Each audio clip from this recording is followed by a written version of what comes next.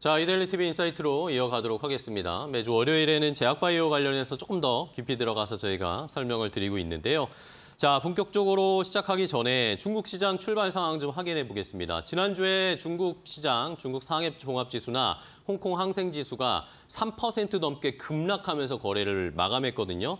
뭐 여러 가지 이유가 있겠지만 트럼프 2기에 대해서 중국에서 긴장을 굉장히 하고 있는 것으로 불확실성에 대한 이런 심리가 표출된 것으로도 보이고 경기 부양책 뭔가 좀 더 나와야 되는데 아직까지도 중국 시장에서 뭐 이렇다 할 만족할 만한 경기 부양책이 나오지 않다 보니까 최근에 중국 시장의 변동성이 큽니다.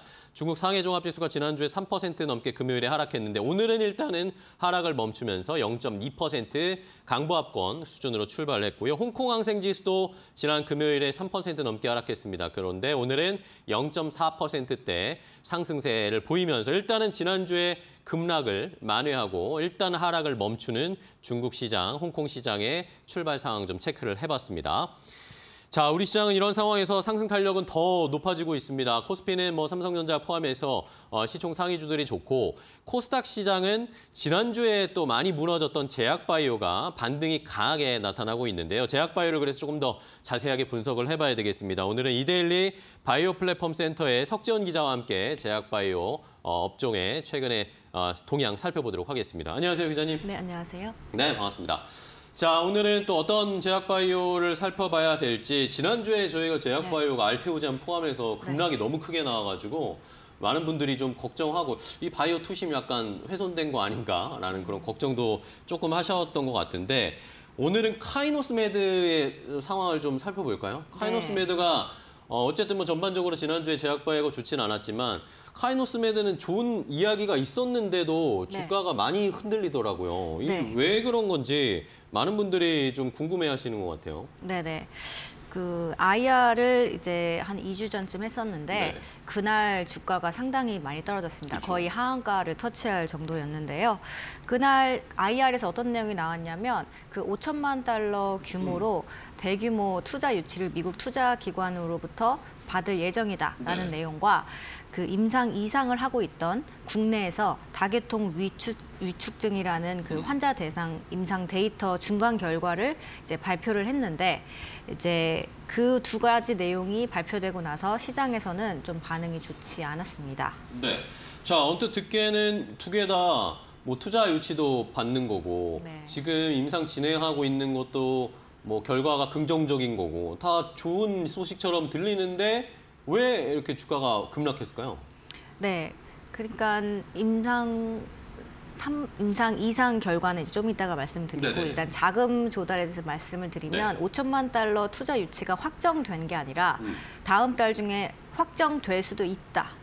이렇게 발표를 했기 때문이거든요. 확정된 게 아니라 할 수 있다라는 식의 지금 이야기였던 논의를 거예요? 하고 있다. 확정된 게 아니에요?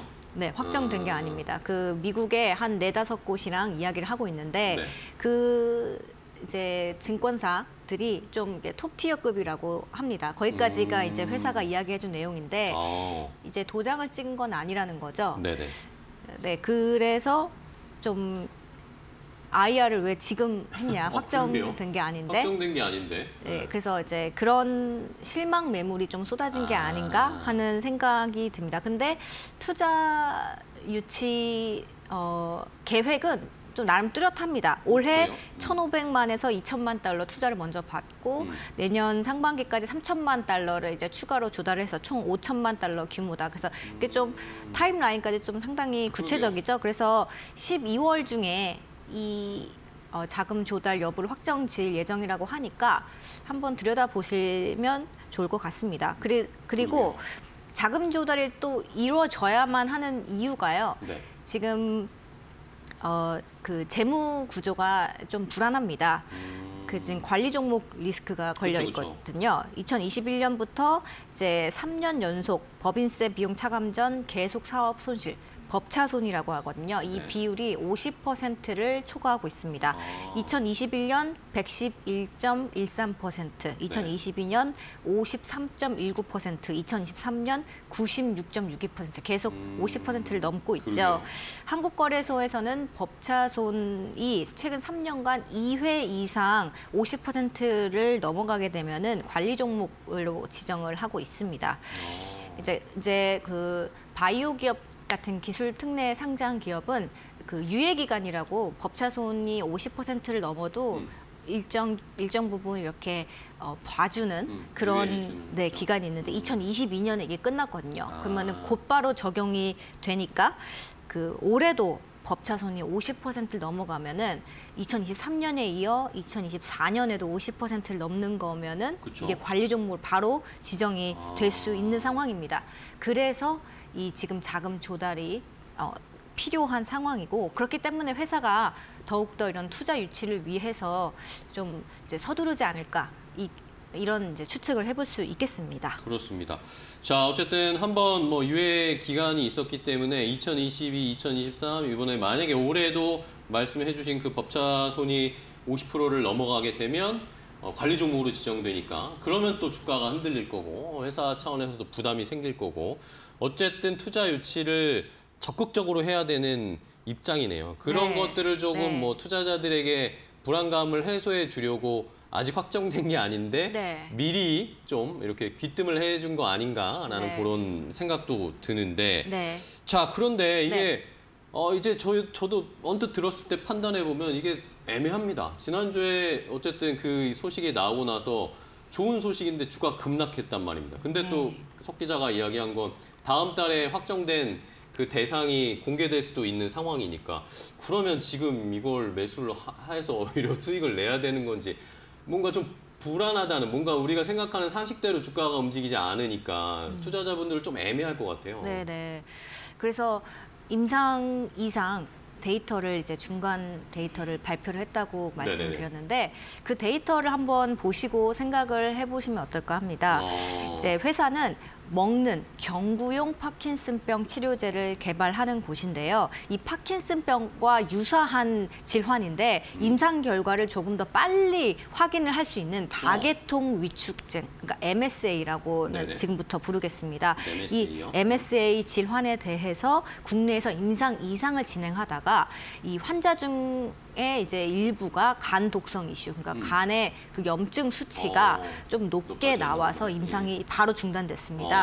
이게 이제 그렇게 크리티컬한 그런 안전성 이슈는 아닌데요. 네네. 이게 가이드라인상에서 간 염증 효소 수치가 그 기존보다 3배 넘게 나오면 아이고. 곧바로 이 중단하는군요. 임상 중단해야 합니다. 그래서 이제 임상을 하다가 중단을 했잖아요. 네네. 그러면 이제 임상 결과를 확인은 이제 해볼 수 있잖아요. 네, 모든 게 다 그렇죠, 끝났기 그렇죠. 때문에. 네. 그래서 이 임상의 특징 중 하나가 이중 맹검, 즉 환자도 의사도 어떤 약을 투여받고 어떤 약을 내가 투여하는지 모르는 이중 맹검 상태에서 이 임상이 진행이 됐는데 이거를 해제한 겁니다. 네네. 그래서 이제 들여다보니까. 누가 환자가 뭘 투여받았는지 확인을 해 보니까 파킨슨병 신약 가능성이 상당히 높은 것으로 나타났다. 이게 회사 측 설명입니다. 네. 자 어쨌든 뭐 임상이 실패하면서 실패는 아니죠. 실패는 아니고 임상에 뭔가 간 수치가 너무 올라가서 이게 중단이 됐는데 의도하지 않은 상황이었지만 그렇죠. 들여다 보니까 그렇죠. 효과가 있는 걸 발견을 그렇죠. 했습니다. 그렇죠. 그러면 구체적으로 데이터가 어떻게 나왔길래 그래요? 네. PET 이미지, 펫 이미징 네. 분석이랑 그다음에 행동 평가 지표, 그러니까 주관적으로 의사들이 환자들을 보고 평가하는 네네. 그 두 가지 지표를 활용을 했는데 이 두 가지 지표가 방향성이 일관적으로 나타났다. 그러니까는 그 파킨슨병 그 개선의 가능성을 충분히 이제 짐작할 수 있도록 그렇게 데이터가 나왔다라는 게 이제 큰 핵심입니다. 네네.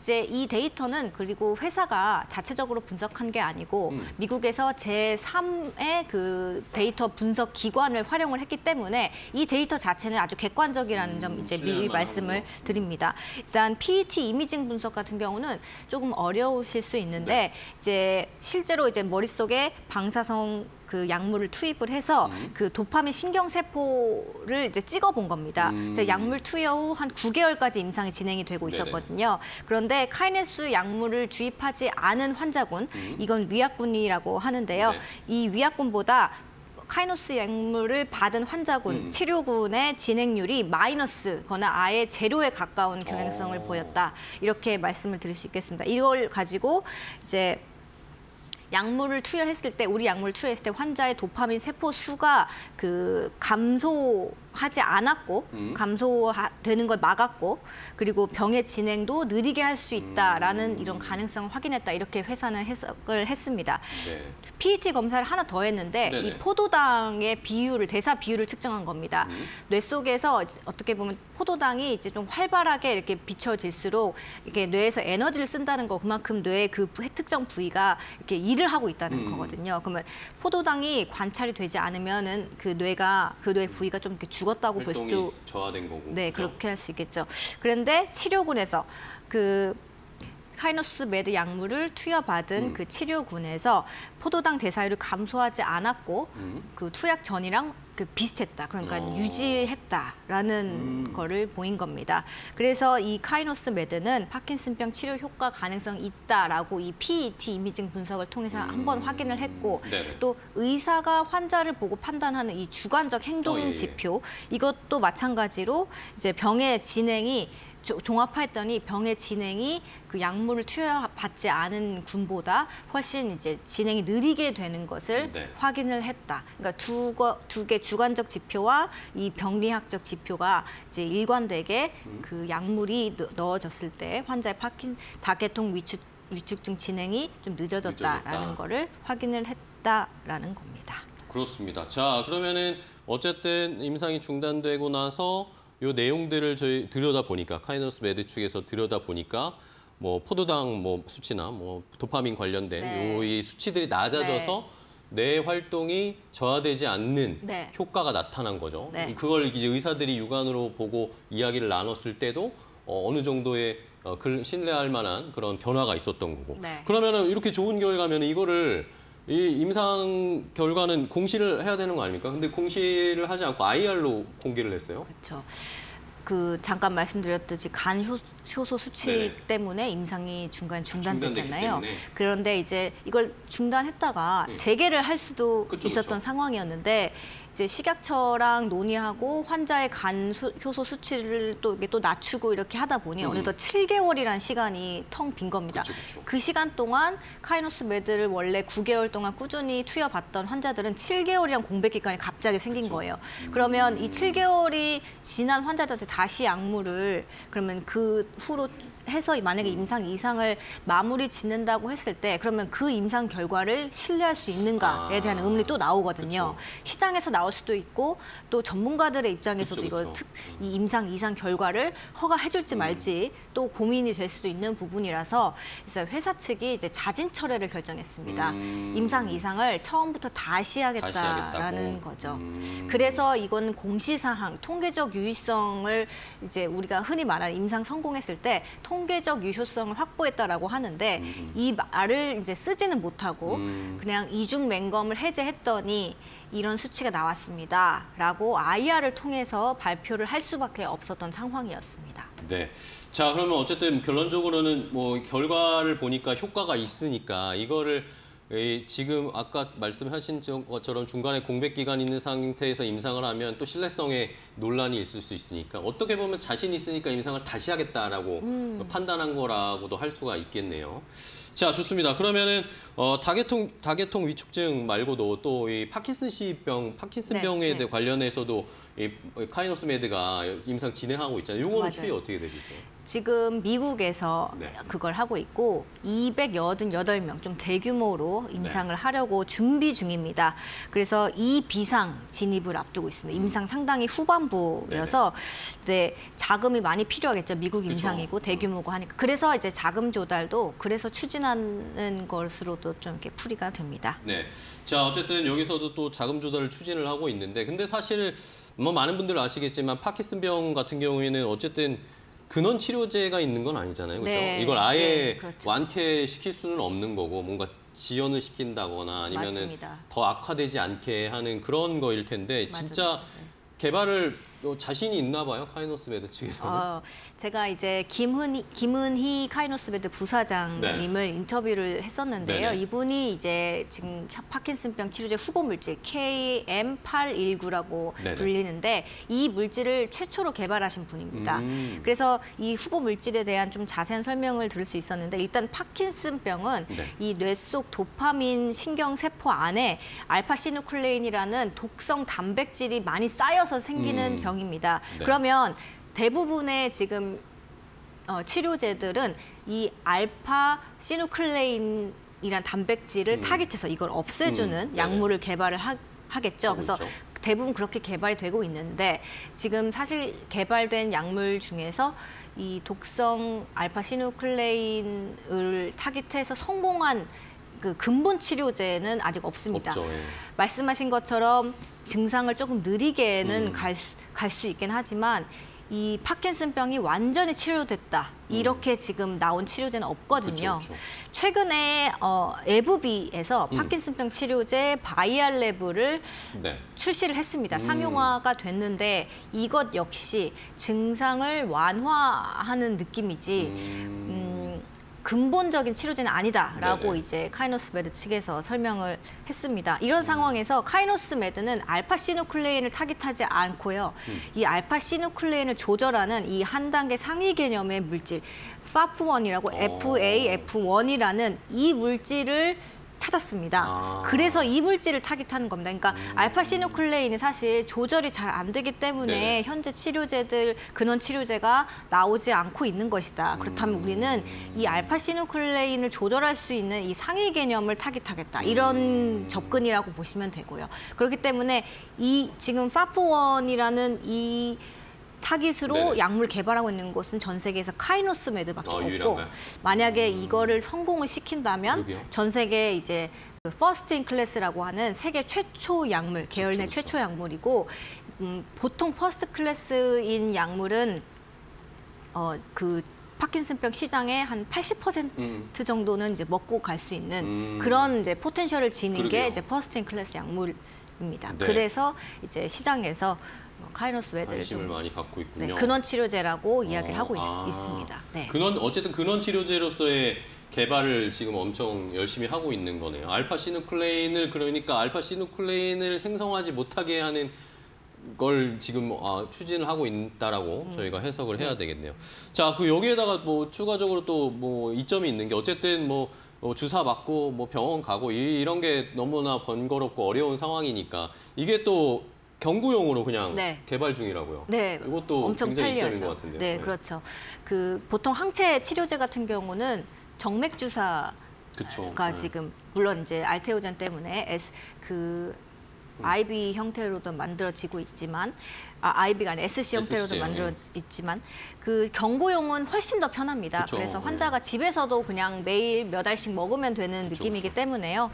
근데 카이노스메드 후보물질 같은 경우는 애초에 그 약을 개발하는 단계에서부터 이 경구용으로 개발이 가능하게끔 화학적으로 그 약물을 설계를 했다. 그러니까 그 만들다 보니 경구용으로도 만들어 볼까가 아니라 네네. 애초부터 경구용으로 가능하도록 화학적으로 이 약물을 설계했기 때문에 그래서 이제 경구 약물이 가능한 거고 또 성공 가능성도 그만큼 높다 이렇게 자신을 하고 있습니다. 네, 좋습니다. 자, 카이노스메드가 어쨌든 이 파킨슨병이나 이쪽으로 굉장히 지금 열을 올리고 있는 상황인데 어쨌든 이게 성공만 하게 된다면 엄청난 또 혁신이겠죠. 지금 이 치매나 이쪽을 치료하는 것 자체가 너무 어려운 상황인데 네. 많은 분들이 또 관심을 가지고 있고 전 세계에서도 네. 이게 어떻게 진행될지 주가가 과연 이것으로 반등하면서 좀 반응을 보일 수 있을지 잘 한번 저희도 계속해서 추적해보고 또 이슈가 나오면 한번 알려드리도록 하겠습니다. 자, 다음으로 하나 더 좀 체크를 해볼 이슈가 어쨌든 지난주 알테오젠 이야기를 안 할 수가 없네요. 지난주에 너무나 갑작스럽게 안 좋은 이야기들이 한꺼번에 쏟아져 나오다 보니까 주가가 급락을 막 해버렸어요. 네, 지난주만 그랬죠. 해도 거의 뭐 20~30%가 하락을 맞습니다. 했는데 예, 그렇습니다. 오늘 뭐 반등은 하고는 있는데 네. 자, 왜 그랬는지 간단하게 정리를 해볼까요? 네. 지난주에? 여러 루머들이 쏟아져 나왔죠. 그쵸, 말씀하신 예. 것처럼 이제 외국계 증권사 골드만삭스였죠. 예. 리포트, 이대주주 주식 매도설, 뭐 매출 로열티 논란, 대규모 유증 등 각종 루머 중에서 가장 그 이슈가 컸던 건 특허 소송 관련 이슈였는데 그쵸, 예. 이제 특허 침해 제기 이슈만 가지고 말씀을 드려보겠습니다. 미국의 이제 할로자임 테라퓨틱스가 알테오젠한테 특허 소송을 제기할 수 있다는 의혹이 퍼졌고 네. 이에 이제 알테오젠과 계약한 글로벌 제약사 머크가 할로자임을 상대로 특허 무효 심판을 제기를 했습니다. 네. 그래서 오늘 아침에 신한투자증권 이제 보고서 분석을 따르면 특허는 오히려 할로자임이 그 침해를 한 거다. 침해했다고 반대 네. 이야기를 하더라고요. 네, 할로자임의 본인이 영역을 넘어선 그 변이체들에 대한 특허를 주장을 하고 있어서 이 알테오젠과 머크가 나선 것이다. 그리고 이번 특허 무효 심판은 그 갑자기 생긴 게 아니라 몇 년 동안 이 회의를 통해서 그 결정한 사안이기 때문에 뭐 최근에 뭐 할로자임의 어떤 특허 그런 침해 논란과는 좀 관련이 없다. 이렇게 좀 선을 그었습니다.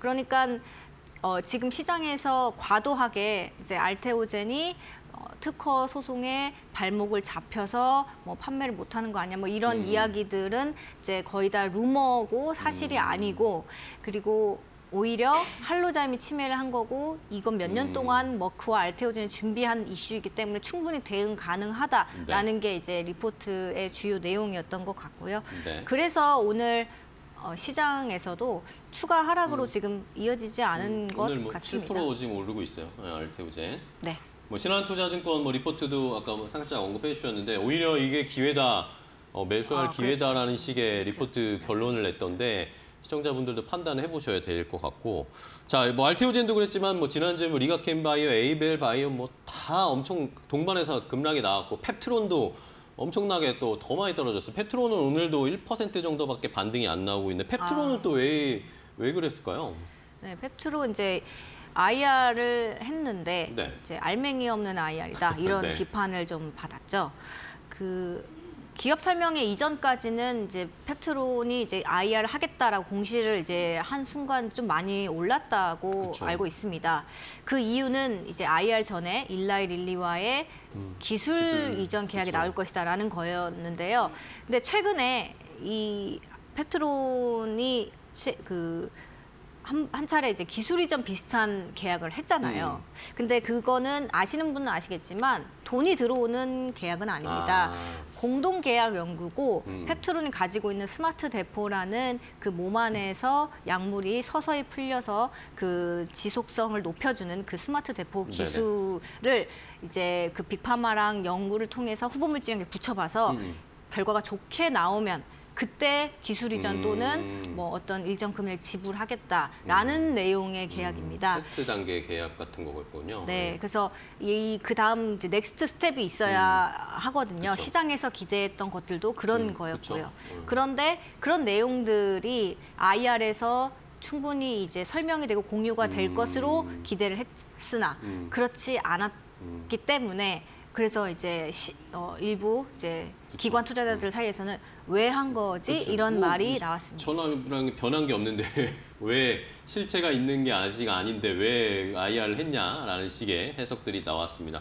그러면 마지막으로 간단하게 질문 드리면 어쨌든 지금 알테오젠이든 펩트론이든 최근에 우리 시장에선 제약바이오가 네. 빅파마 기술 이전 관련된 이 기업체들의 기대감이 굉장히 컸잖아요. 네, 네. 근데 이게 혹시라도 뭔가 그것만 믿으면 안 된다라는 그런 심리가 생길 수도 있을 것 같아요. 괜찮은 거라고 보세요, 기자님은? 빅파마에 대한 네, 빅파마에 이렇게 진행되는 걸 그냥 우리가 무조건 믿고 투자해도 되는 건지 뭔가 이런 노이즈가 나왔을 때 변동성이 생기는 거에 대해서 대비를 해야 할지. 사실 이제 펩트론 같은 경우는 그 주가가 올랐던 그 주요 원인 중에 네네. 하나는 이제 기술 이전이 될 거다라는 기대감 때문이 그쵸. 가장 컸습니다. 그런데 이제 알테오젠 같은 경우는 사실 이렇게 루머들은 많았지만 그 적극적으로 시장에서 뭔가 시장에다가 우리 뭐 할 거다 이렇게 이제 시끄럽게 이야기하는 기업은 아니었거든요. 리가캠 바이오도 마찬가지로 생각이 되고요. 그런데 펩트론 같은 거는 사실 원래부터 기대감으로만 그 주가가 이제 상승을 해왔기 때문에 네네. 이제 앞으로 투자자분들께서 그런 바이오 기업들을 이제 보실 때 좀 가르마를 타서 실제 이 기업이 가지고 그렇네요. 있는 아. 이 파이프라인이 어떤 성과를 그동안 내왔고 또 그 성과가 무엇인지에 대해서 먼저 좀 이렇게 보시고 확인을 하고. 이제 투자를 하시면 어떨까 생각합니다. 네. 왜냐하면 그동안 이제 펩트론의 스마트 대포 플랫폼 기술은 이걸 통해서 실제로 빅파마 계약이라던가 이게 상용화가 실제로 돼서 어떤 그런 그 큰 사례들을 그렇죠. 이제 보기는 좀 보여주지는 못했죠. 어렵거든요. 네, 예. 알겠습니다. 좋습니다. 자, 어쨌든 기술 수출에 대한 기대감은 너무 큰데 기대만 너무 심어준 그런 업체들보다는 뭐 어쨌든 이 안에서도 저희가 잘 갈라야 되겠죠. 실제로 뭔가 행보를 보여주는 업체들을 잘 선택해서 투자를 하셔야 될 것 같습니다. 자, 오늘 이렇게 알테오젠과 펩트론까지 이야기를 정리해봤습니다. 오늘 석지원 기자와 함께 이야기 나눠봤는데요. 좋은 인사이트 주셔서 감사하고 다음 시간에 또 뵐게요. 수고 많으셨습니다. 네, 감사합니다. 고맙습니다.